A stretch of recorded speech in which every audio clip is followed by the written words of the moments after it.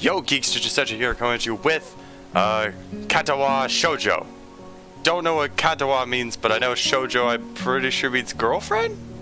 I'm pretty sure in Japanese that means girlfriend. I could be wrong about that. But anyways, this is a visual novel I've known about for a long time. I've done some research of it. Like, I know what the characters look like. I don't remember their names, but I know what the characters look like. This is a dating visual novel, so that this has routes and stuff. I kind of already have an idea of a girl I want to go after. Sorry, I mean, I wanted to go into this blind. I did, but I already knew so much. I already know, not so much. I don't know why I was about to say that, but I already know some about this. And, yeah, we're just gonna get started, I guess. But, yeah, from what I've, well, looked up, this actually is not a bad visual novel. Now, in terms of voices, I don't think I'm gonna do voice acting because I suck at it, and also it'll hurt my throat after a bit, but mostly because I suck at it. Oh, there's a fucking zit all right there. Got it. Alright. Sorry about that. A light breeze causes the naked branches overhead to rattle like wooden wind chimes. This is a popular treat for couples in the summer. Oh my god. The trees provide a beautiful green canopy, far out of sight of teachers and fellow students. But now, in late winter, I keep leaning to the right more. It's because this stupid webcam. It feels like I'm standing under a pile of kindling. I breathe into my cupped hands and rub them together furiously to prevent them from numbing this cold. Oh yeah. Yeah, I'm not gonna be cold after this. Oh yeah. Yeah. This is what I imagine when people say they're rubbing their hands furiously. Because that's like, you're creating a lot of friction when you do that, even though your hands technically aren't touching each other. It's kind of weird. I don't know. Science is weird. Just how long am I expected to wait out here anyway? I'm sure the note said 4 o'clock p.m. You know? Yeah. Ah yes, the note slipped between the pages of my math book while I was looking. God, I had some mini wheats earlier and my breath, that tastes like mini wheats. Hold on.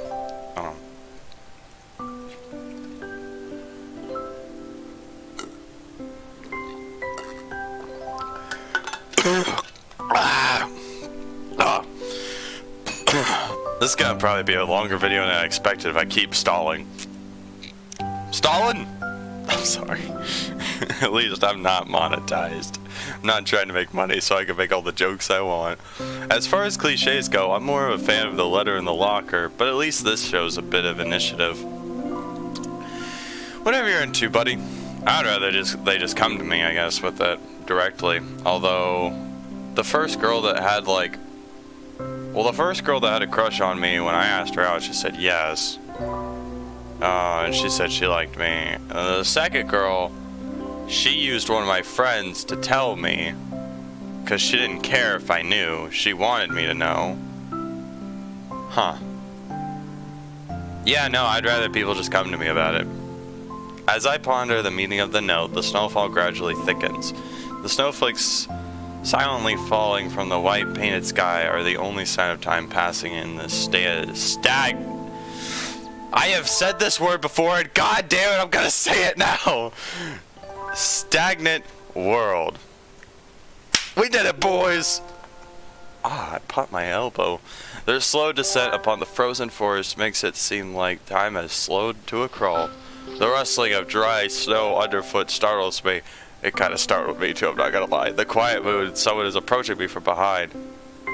Hi, Hisao. You came. Or, you came? A hesitating, barely audible question. However, I recognize the owner of that dainty voice instantly. I feel my heart skip a beat. It's a voice I've listened to hundreds of times, but never as more than an eavesdropper to a conversation. I turn to face this voice, the voice of my dreams, and my heart begins to race.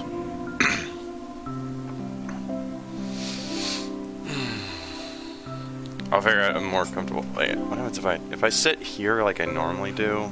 I'll have to scoot the webcam like right there. That's such a weird placement.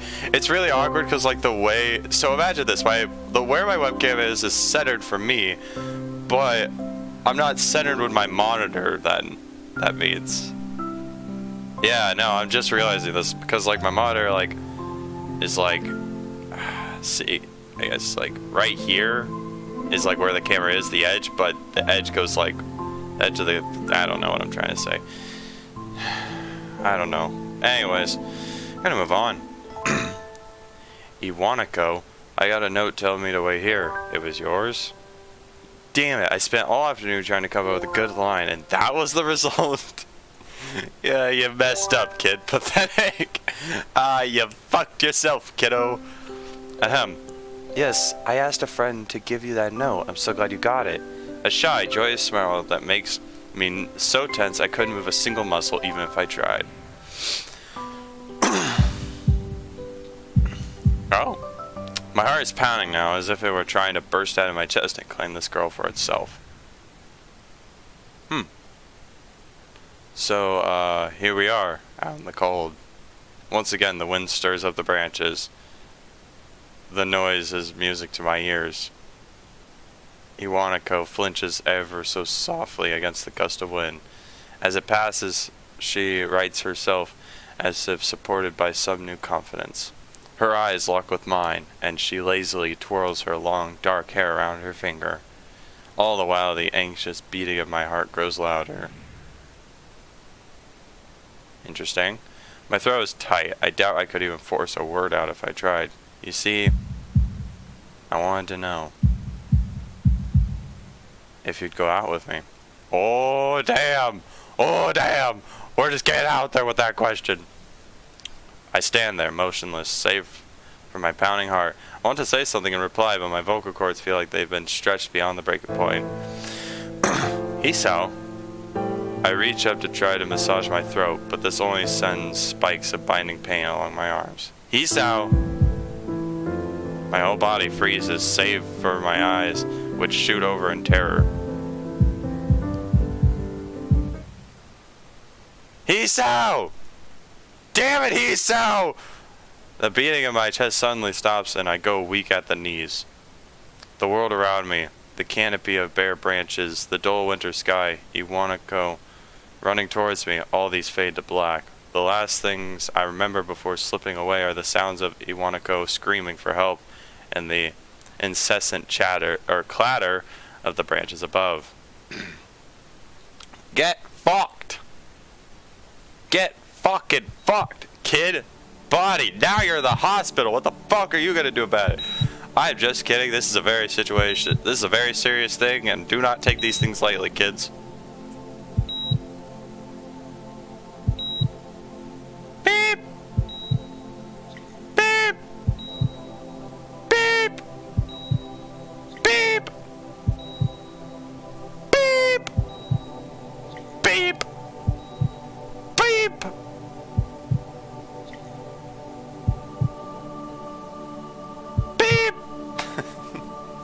God, what the fuck am I doing with my life? You know what I'm not doing with the fuck with my life? Not being on my phone. I'm just kidding. I'm not gonna go on my phone. Hey, look at that. Look at the time. Woof. My phone's at 65. Alright, gamers. Let's get this bread.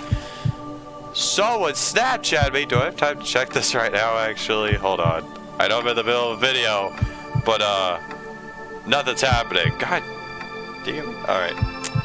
Who the fuck chatted me? If there's any dialogue that shows up, I'll get off my phone, but right now I'm just kind of waiting for that to...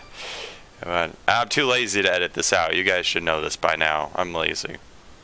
Damn it! I was about to open it.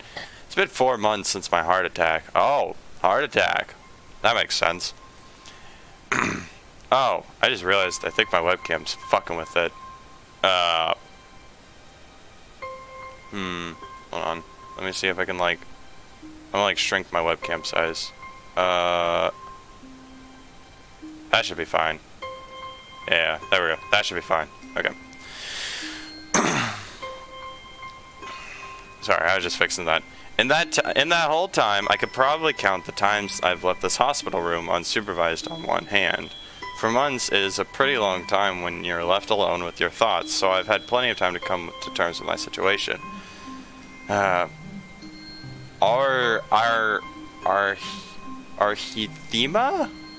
A strange word, a foreign alien one that you don't want to be in the same room with. A rare condition, it causes the heart to act erratically and occasionally beat way too fast.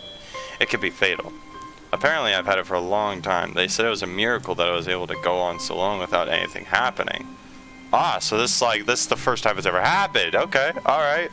Well, that's good.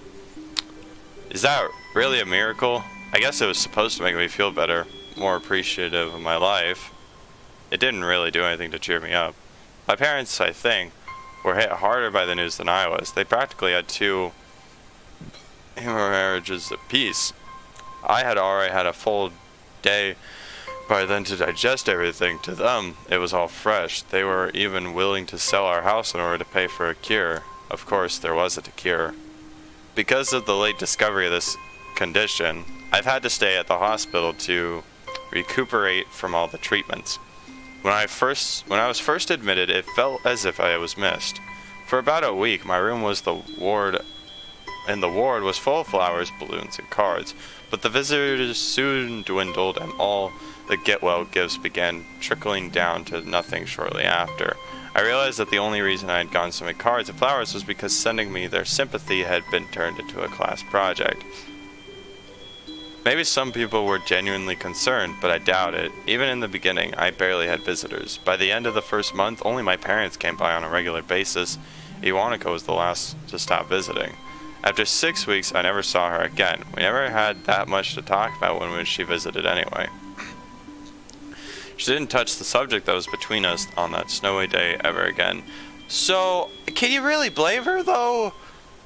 Like, think about the situation you're in, and think about where that puts her. Think about where that puts her, because she doesn't, like, that's awkward. It's like some people don't know what to say in those situations. They don't know how to speak in those situations. They don't know what to talk about. And it just makes it weird for them. It makes it harder for them. It can be hard because they don't know what to talk about. And if you don't do anything to talk about anything, you're just sitting there thinking that they don't want to be here, that they're forcing themselves to be here, something like it's a chore, then that kind of just also makes it harder on them, because then you're not making an effort to talk to them in that situation. And, yeah, I don't know. And main character's kind of just weird. It's not really a place I'd like to live in. The doctors and nurses feel so impersonal and faceless. I guess it's because they are in a hurry and they have a million other patients waiting for them, but it makes me feel uncomfortable. For the first month or so, I asked the head cardiologist every time I saw him for a rough estimate of when I'd be able to leave. He never answered anything in a straightforward way, but told me to wait and see if the treatment and surgeries worked. So, I idly observed the scar that those surgeries had left on my chest slowly change its appearance over time, thinking of it as some kind of an omen. I still ask the head cardiologist about leaving, but my expectations are low enough now that I'm not disappointed anymore when I don't get a reply. The way he shuffles around the answers shows that there is at least some hope. Good. Lower your expectations. That's what I do in life. If you lower your expectations, then you won't be disappointed, especially with yourself. At some point I stopped watching TV. I don't know why, I just did. Maybe it was the wrong kind of escapism for my situation. I started reading instead. There was a small library at the hospital, although it was more like a storeroom for books. I began working my way through it, one small stack at a time. After consuming them, I would go back for more. I found that I liked reading, and I think I even became a bit addicted. I started feeling naked without a book in my hands. Oh, but I loved the stories. That was what my life was like. The days became increasingly harder to distinguish from each other, differing only by the book I was reading and the weather outside. It felt like time blurred into some kind of gooey mess I was trapped inside instead of giving within. A week could go by without me really noticing it. Sometimes I'd pause in realization that I didn't know what day of the week it was. But other times, all the times that surrounded me would painfully crash into my consciousness through the barrier of nonchalance I had set up for myself. The pages of my book would start to feel sharp and burning hot, and the heaviness in my chest would become so hard to bear that I had to put the book aside and just lay down for a while, looking at the ceiling as if I was going to cry. But what happened only rarely, and I couldn't even cry. God damn. Oh, today the doctor comes in and gives me a smile. He seems excited, but not very. It's like he is trying to make an effort to be happy on my behalf. My parents are here. It's been a few days since I last seen them. Both of them are even sort of dressed up. Is this supposed to be some kind of special occasion? It's not a party. There's this ritual the head cardiologist has. He takes his time sorting his papers and setting them aside as if to make a point of the pointlessness of what he just did. Then he casually sits down the edge of the bed next to mine. He looks me in the eyes for a moment. Hello, Hisao. How are you today? I don't answer him, but I smile a little back at him. I believe that you can go home. Your heart is stronger now, and with some precautions, you should be fine. We have all your medications sorted out. I'll give your father the prescription. The doctor hands a sheet of paper to my dad, whose expression turns wooden as he reads it quickly. So many. I take it from his hand and take a look myself. Feeling numb, how am I supposed to react to this? Good question. I wouldn't be surprised if you're just shocked. Oh my god, that's a lot. Jesus Christ, abnormal, but Jesus Christ. The absurdly long list of medications staring back at me from the paper seems insurmountable. They all blend together in a sea of letters. This is insane. Side effects, adverse effects,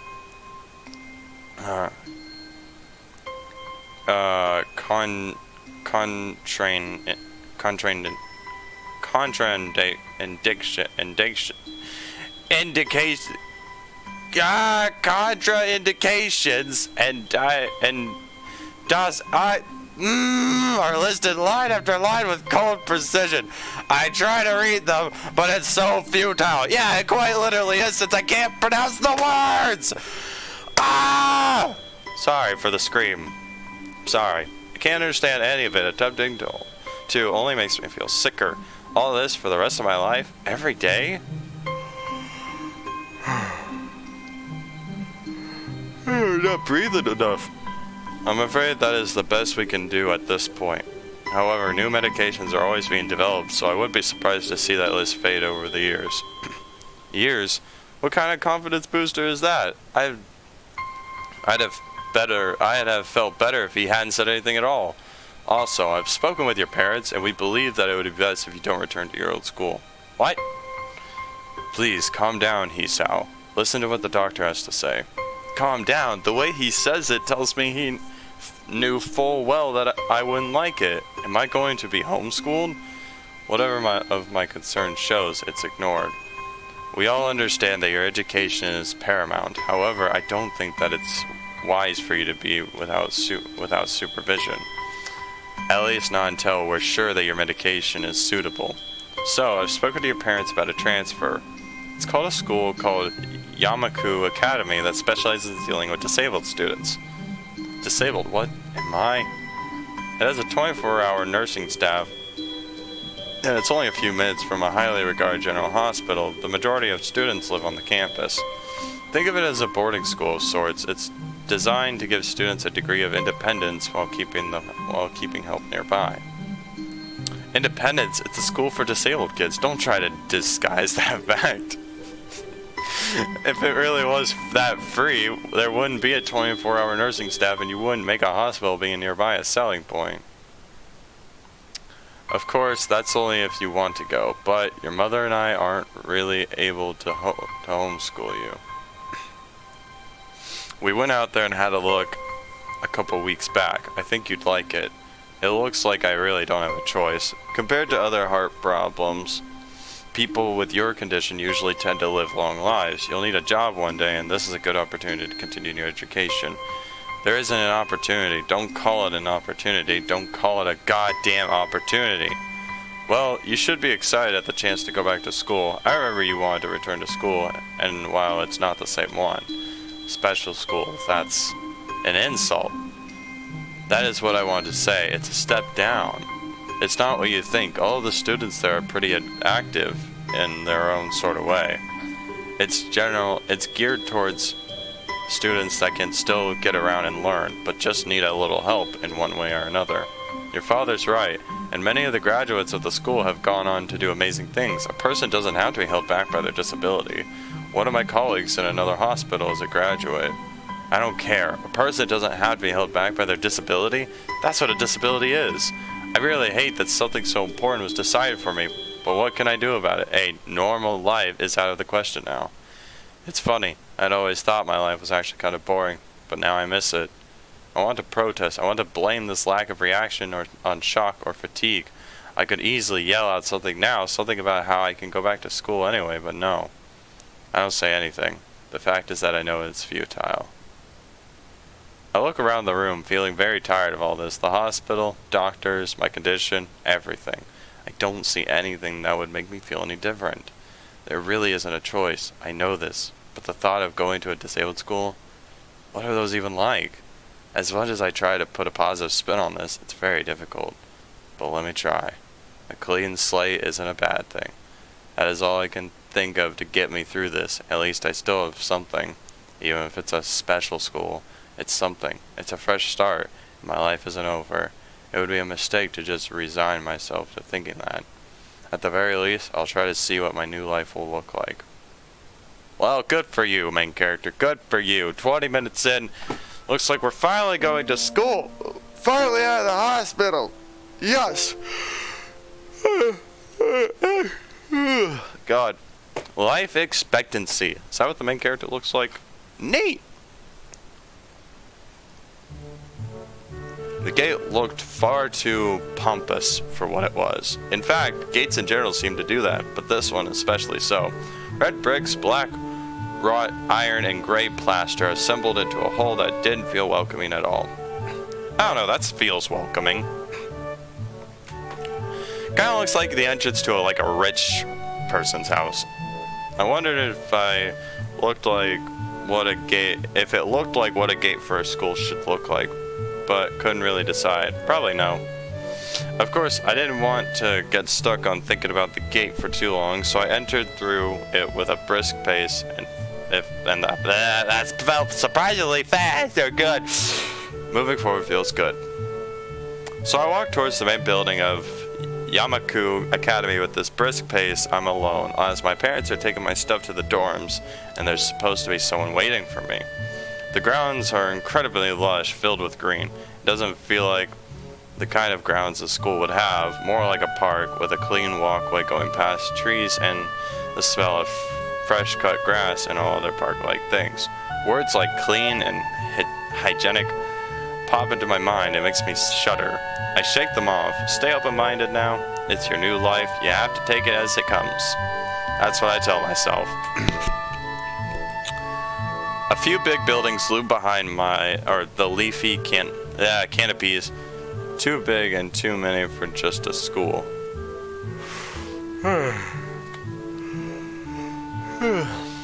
God. Man.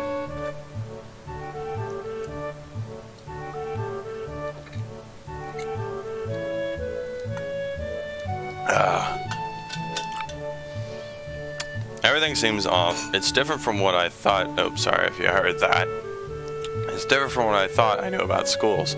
It's an uncanny valley, even though I was told this is my new school. In the back of my head, it doesn't feel like one. I wonder if the feeling is real or caused by my expectations of a school for the disabled. Speaking of that, I don't see anyone else here. It's kind of eerie.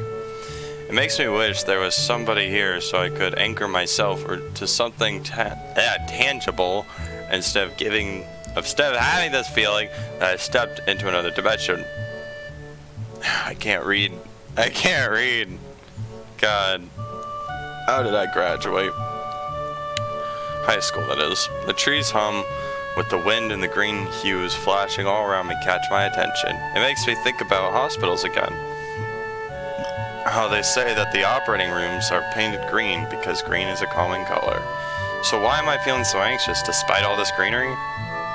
Only after I stand in front of the haughty main building, I surprised myself by realizing why the gate bothered me. It was the last chance I had to turn back, even if I had no life I could return to. But still, after entering, there was absolutely no way I could go back anymore. Feeling nervous with all this realization in my head, I open the front door. It doesn't look that bad. A tall man with bad posture notices me as I enter. We're the only people in the lobby, so it's only logical. Tall man, you must be... Niki? Nakai. So you are. Excellent. I'm your homeroom and science teacher. My name is Muto. Welcome.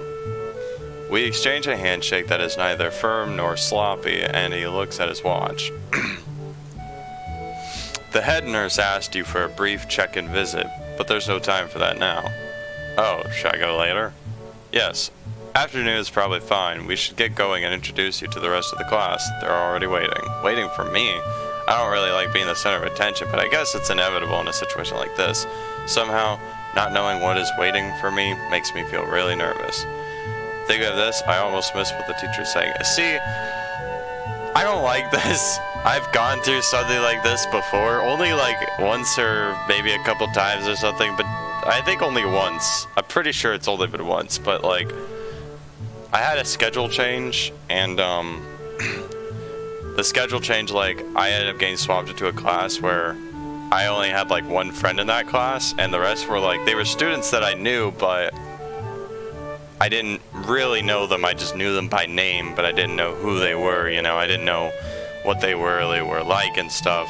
So when I walked into the class, I was just like really nervous. I even waited outside of the classroom for like a few moments. I was just like, no one in the classroom saw me, and I was really happy. The teacher didn't see me either. I was like kind of like just standing there for a moment, then I like backed off the door for a bit. I paced for like a second or two. I was just like, I was really nervous. And then my friend, oh my god, my timing couldn't have been better. My friend ended up like going to the back of the class to throw something away, and the trash can was right next to the door. Literally, like pretty much right. It was just right next to it. Like you open that door, bam, directly to the right was the trash can. So he saw me. He smiled. He just gave a big old smile, and I was like, that made me so happy. Gave me the courage to open that door, walk in.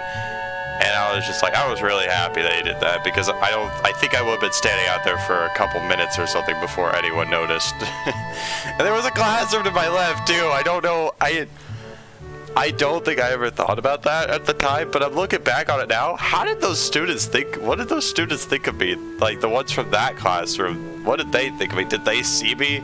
Did they see what I was doing? I don't know. Oh, that's really embarrassing now that I think about it, because like they could have been, oh, they could have been thinking I was super weird or something. I would think someone like that is weird too. Do you want to introduce yourself to the class? You know, I feel like either way we're gonna have to, because there's no no. This isn't a yes or no. This is a yes and yes, but as a question. No, actually it's not. This is yes. This is, do I really have a choice? So yeah, a question. This is, yeah, we're gonna say that. Why do I have to? Of course not. That's why I asked. Oh, right. Let's go then. He's gonna make us do it, I feel like. I feel like that's what he's gonna make me do. My heart is pounding in my chest, and it keeps me thinking about my condition as I follow the teacher up the stairs. The third door down the third floor corridor is marked as the classroom for class 3-3. Wow, no shit, Sherlock. Third door found. Muto opens the door and enters. God, my nose really itchy. What the fuck is that painting? It looks like what the fuck? It reminds me of Sid the Sloth. A little bit, just a little bit. It reminds. What the fuck is that? What the fuck is that? Look at that. Take a look at that photo. What is that painting? Good morning, everyone. Sorry I'm late again. God damn it. This fucking painting. I hesitate for a split second at the floor. Freezing on the spot. Get a grip. Get a grip. This is a big step. I know that. But there isn't any point to worrying so much about it, at least not this soon. Y'all look pretty normal for the most part. Except for you. And you. And you. Because you have a cane. I follow the teacher to the classroom and look around, partially so I won't have to meet the curious gazes of my new students. It's pretty spacious. The ceiling is unusually high, and there's a lot of space left over around and in between the desks. Nah, you want to talk about unusually high? I swear, my 6th grade English teacher's classroom, I swear it was like 20 feet tall. I swear to fucking God. 10 to 20 feet. I'll say definitely 10 to 20 feet. Like, holy shit, it was tall.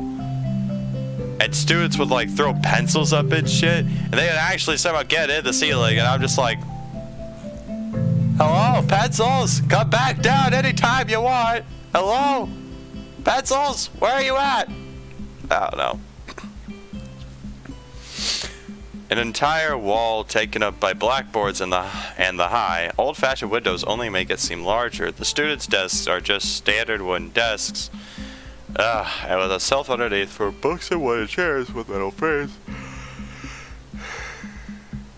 Simple and efficient. Sounds like my high school.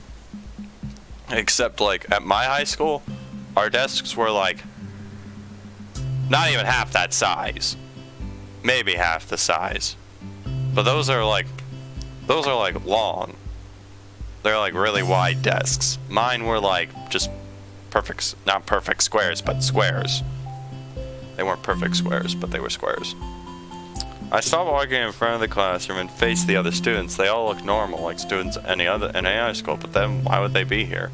They're probably like me and have something wrong with them, and it's not just the immediate obvious. Then, I noticed that one of the girls seems to be missing the thumb on her right hand. It's a little jarring. Honey? I can't see that. Despite the natural tendency to listen when someone's talking about you, I tune out the teacher's speech halfway through while he introduces me to the class. Look at this guy. Is he okay? Is he okay? I really hope he's just asleep. He better just be asleep. I notice a flash of dark hair and see that someone is looking at me, a girl with really long hair that is pretty eye-catching. As she sees me looking back at her, she covers her face with her hands as if it were to make her invisible. It was the girl with the, it was the girl doing this. It was the girl doing this. This girl. Yeah. The one covering her, like, let me see if I can do it real quick. No, I can't. I can't right now. You know, I think I gotta start making my hair fold over a different way. I gotta, like, redo the style a bit. Not style, but yeah. There is one boy with a cane leaning against the lockers at the rear of the class. It's weird seeing someone so young with a cane. Another girl seems to be making some weird hand motions. Sign language, she peers at me over the rims of her glasses, this girl. Then goes back to whatever she's doing. The only reason I say it's this girl is because this is a dude. And I didn't see any other girls with glasses that I can remember. She's kind of cute. So is the cheery looking girl with pink hair sitting next to her. It was her. Okay. She's really hard to miss. I don't know how I didn't notice her the moment I walked in. Please welcome our newest classmate. He claps his hands, and so does everyone else, except one girl in the first row who has only one hand.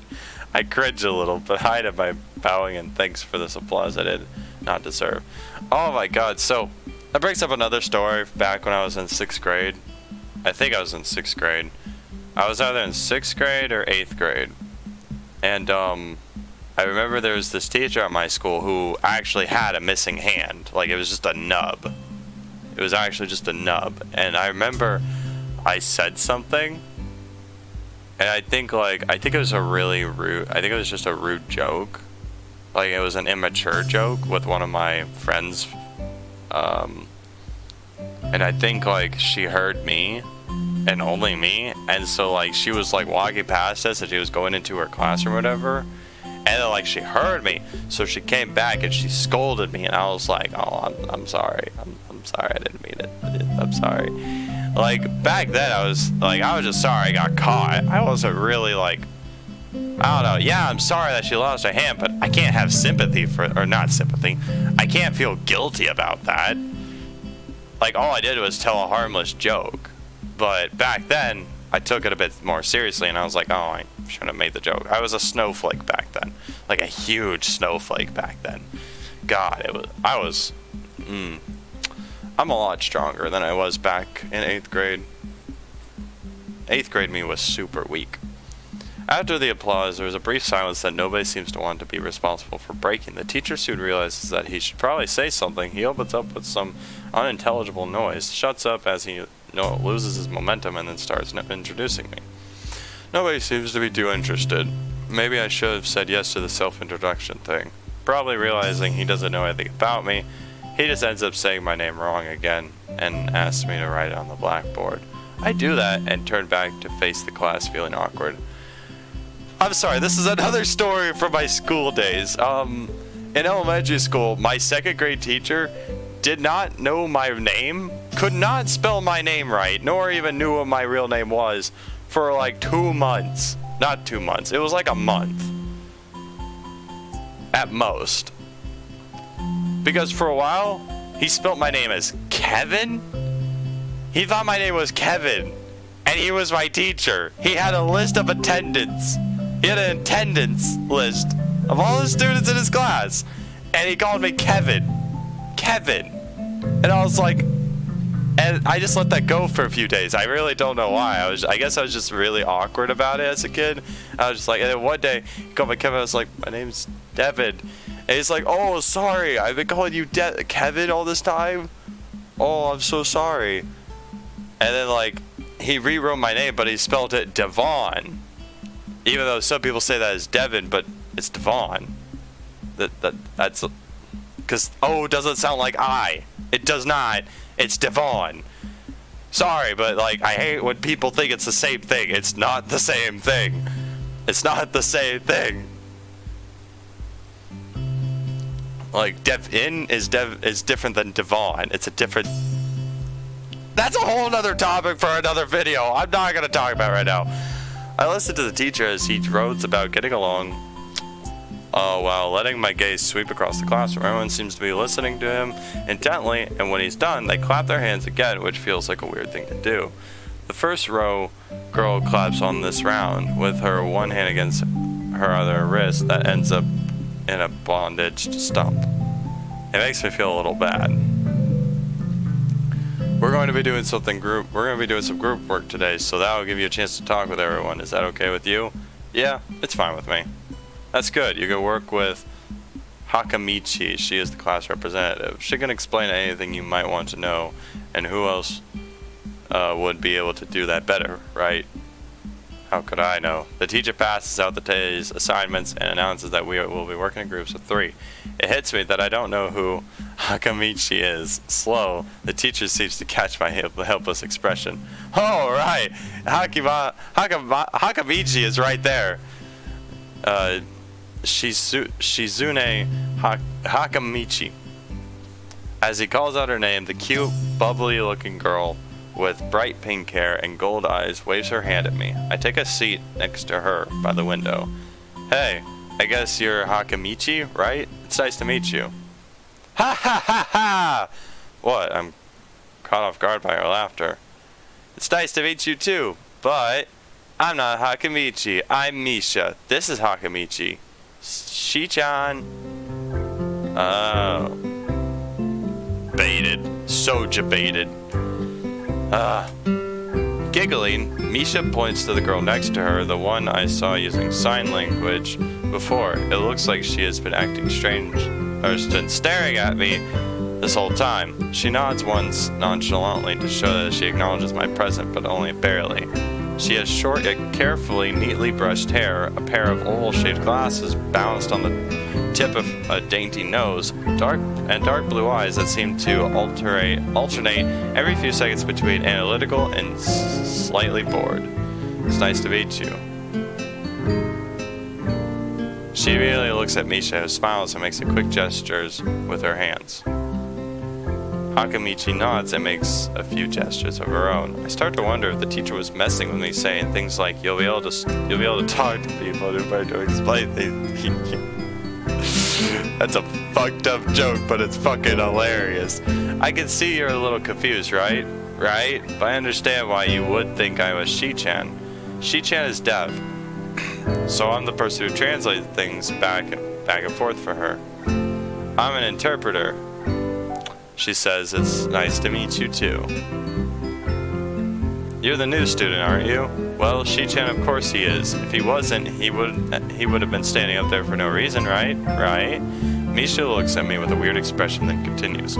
We don't know much about him, but maybe we'll find out later. Maybe I should have introduced myself after all. Anything would have given a better first impression than the teacher's drone and fumbling with my name. We knew there was going to be a new student, but we didn't know you would be here today so soon. He-chan, right? He-chan. Yep, it fits, doesn't it? Did I say it out loud? It's just a surprise. I've never liked that nickname. I don't really see how. It fits. You just look like I imagined. Haha, yeah. You look just like a He-chan. What does a He-chan even look like, guys? What does it even look like? I wonder why everyone seems to think so.